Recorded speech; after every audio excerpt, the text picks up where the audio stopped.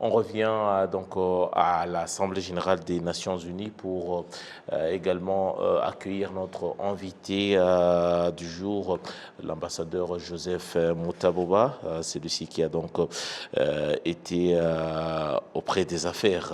Il a représenté le président Paul Kagame au niveau de la région des Grands Lacs. Il a été aussi chef de mission des Nations Unies, adjoint notamment au Sud-Soudan. Monsieur l'ambassadeur, bienvenue dans notre édition. Merci beaucoup, Eddie. Voilà. Alors, on parlait de l'Assemblée générale des Nations Unies qui a donc débuté ses travaux aujourd'hui. Déjà, c'est dans quelle configuration aujourd'hui, par rapport à la conjoncture actuelle, que cette Assemblée se tient? Merci de la question. Bon, mon expérience en tant qu'ancien ambassadeur et représentant permanent du Rwanda aux Nations Unies, ces sessions, ce sont des sessions qui se passent chaque année. Donc l'Assemblée générale des Nations Unies débute toujours en septembre.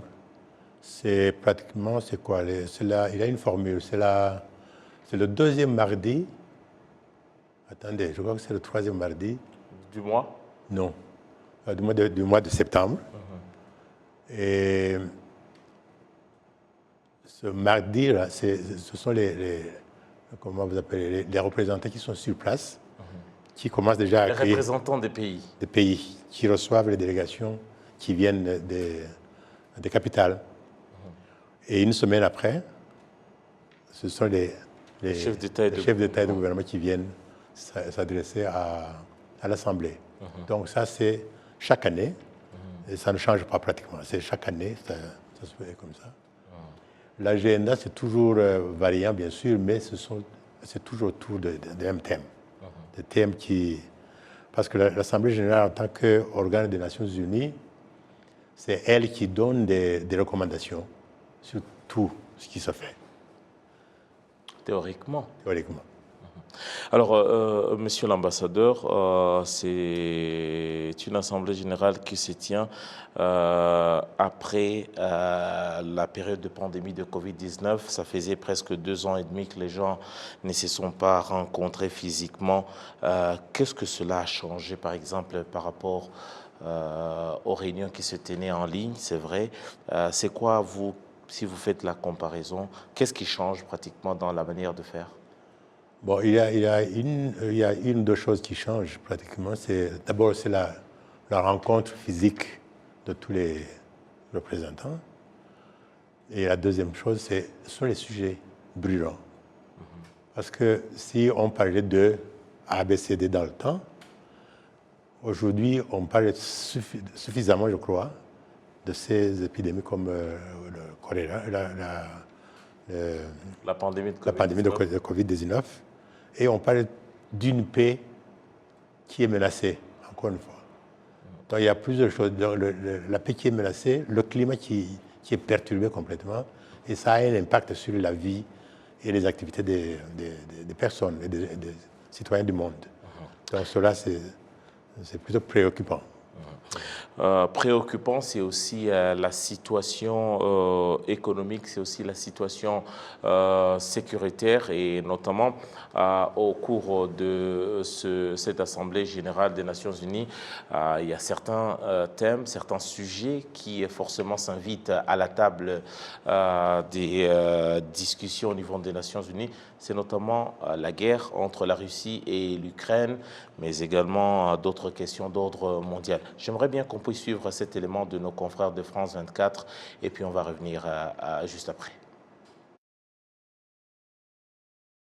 Un moment de grand péril pour le monde. Avec ces mots, le secrétaire général de l'ONU donne le ton de la grand-messe diplomatique que représente l'Assemblée générale des Nations Unies. Un moment aussi où les pays du Sud s'agacent de voir les Occidentaux concentrés presque uniquement sur la guerre en Ukraine. Les autres conflits comme celui en Syrie ou la question de la faim dans le monde doivent aussi, selon eux, être à l'agenda. Le chef de la diplomatie européenne tente de les rassurer. Pour nous, il ne s'agit pas de choisir entre l'Ukraine et les autres pays. Nous pouvons tout faire en même temps. Nous nous soucions de l'Ukraine et nous nous soucions du reste du monde. Et c'est ce que nous ferons au cours de cette semaine critique. Parmi les sujets centraux cette semaine, le nucléaire iranien. Paris assure que la fenêtre d'opportunité est près de se refermer et qu'il n'y aura pas de meilleure offre sur la table pour l'Iran. Le secrétaire général de l'ONU ne cache pas ses craintes sur l'antenne de France 24. Et pour parler en toute franchise, il y a 2 semaines, j'étais convaincu qu'on allait arriver à un accord. Après, les choses se sont compliquées. J'ai encore de l'espoir, mais peu. Mais je crois qu'il y a des difficultés énormes. Emmanuel Macron devrait rencontrer son homologue iranien Ebrahim Raisi à New York ce mardi.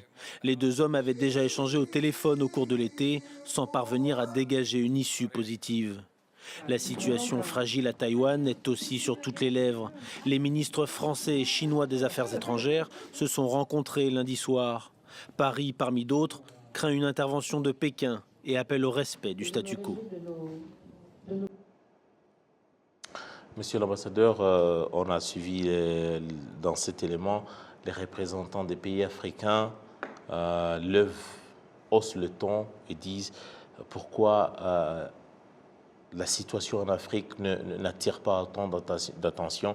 Est-ce que ceci reflète également cette politique de 2 poids 2 mesures qu'on remarque malheureusement toutes ces années aux Nations Unies?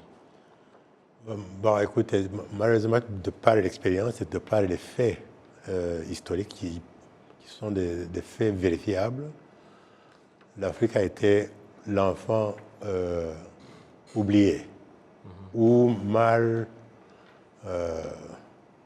entretenu, je dois dire.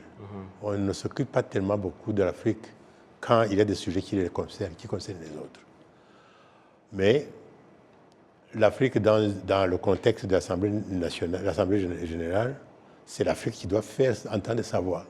Parce que l'Afrique, sur les 193 membres, l'Afrique a 54 voix. C'est beaucoup. Alors, si vous avez 54 voix, ça veut dire que vous devriez absolument essayer de peser dans la balance. De peser dans la balance, absolument. Mais ça reste tout de même théorique. Malheureusement, c'est ça le problème, ça reste toujours théorique. Même au sein du Conseil de sécurité. Ça, je l'ai dit plusieurs fois quand j'étais encore aux Nations Unies, ça ne fait pas justice à l'Afrique, ça ne fait pas justice à des pays qui ne sont pas représentés au sein du Conseil de sécurité, par exemple, ou au sein des pays dont on parle quand il s'agit de chercher des solutions. Alors concrètement aujourd'hui, qu'est-ce que le citoyen ordinaire africain, qu'est-ce que l'Afrique de manière générale doit attendre de cette assemblée de cette année? Bon, je ne suis pas si pessimiste que je le croirais, mais si les 54 délégués, les 54 partis, les 54 pays africains qui sont bien représentés certainement, pouvaient faire entendre cette fois dans le sens de l'innovation, dans le sens de dire oui, nous avons fait business comme d'habitude, mais il faut que ça change. Donc chaque année, le message doit venir.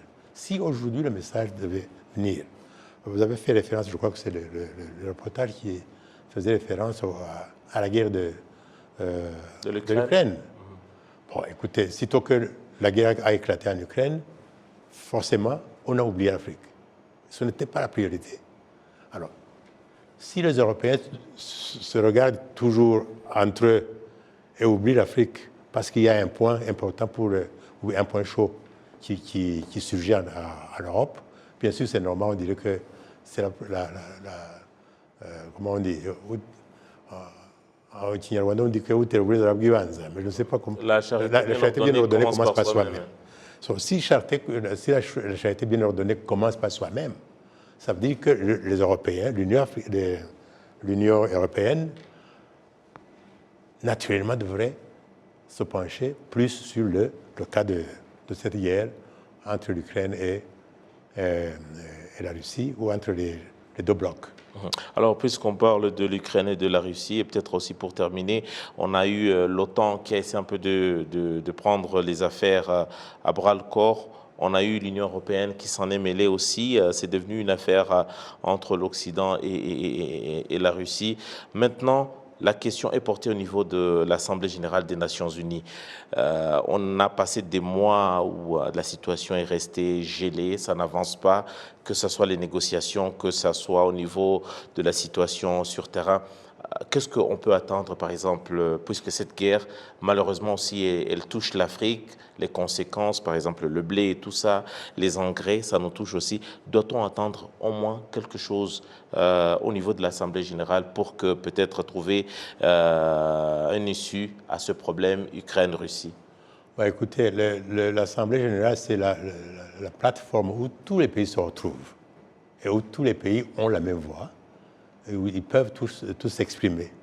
Donc, c'est-à-dire que celui ou celle qui n'a pas pu s'exprimer sur le dossier Ukraine, sur le dossier climat perturbé, sur le sujet d'injustice, etc., c'est le moment de le faire. Et là, tout le monde prend la parole pour essayer de dire ce qui lui prend à cœur. Alors, si aujourd'hui, des représentants de l'Afrique disent, écoutez, nous en avons déjà entendu parler, vous avez parlé de perturbations climatiques, nous ne sommes pas responsables en tant que continent, mais nous sommes les plus pénalisés, nous sommes les victimes les plus pénalisées. Ça, c'est un langage qui peut être utilisé. Mais deuxièmement, on peut dire, écoutez, il est vrai que vous avez mentionné le blé, le pain, etc. Ça, ce sont des inculcations qu'on nous a données aussi. Hein? Je peux bien avoir le pain préparé à base de pommes de terre ou à base de farine de manioc. Donc, mais on nous a fait croire que ce pain, c'est le pain de blé qui doit nous donner la consommation matinale. Et ce n'est pas correct.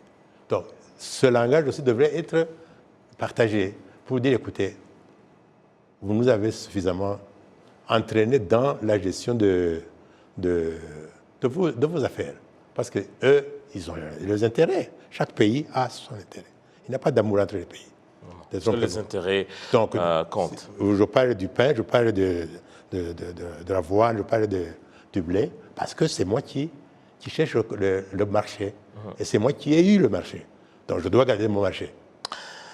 Voilà, monsieur l'ambassadeur, merci beaucoup d'être passé dans nos studios. C'est moi qui vous remercie. Voilà. Voilà, ambassadeur Joseph Mutaboba, je vous rappelle qu'il il est ancien représentant du Rwanda auprès des Nations Unies. Il a également été ancien représentant adjoint de la mission des Nations Unies au Sud-Soudan.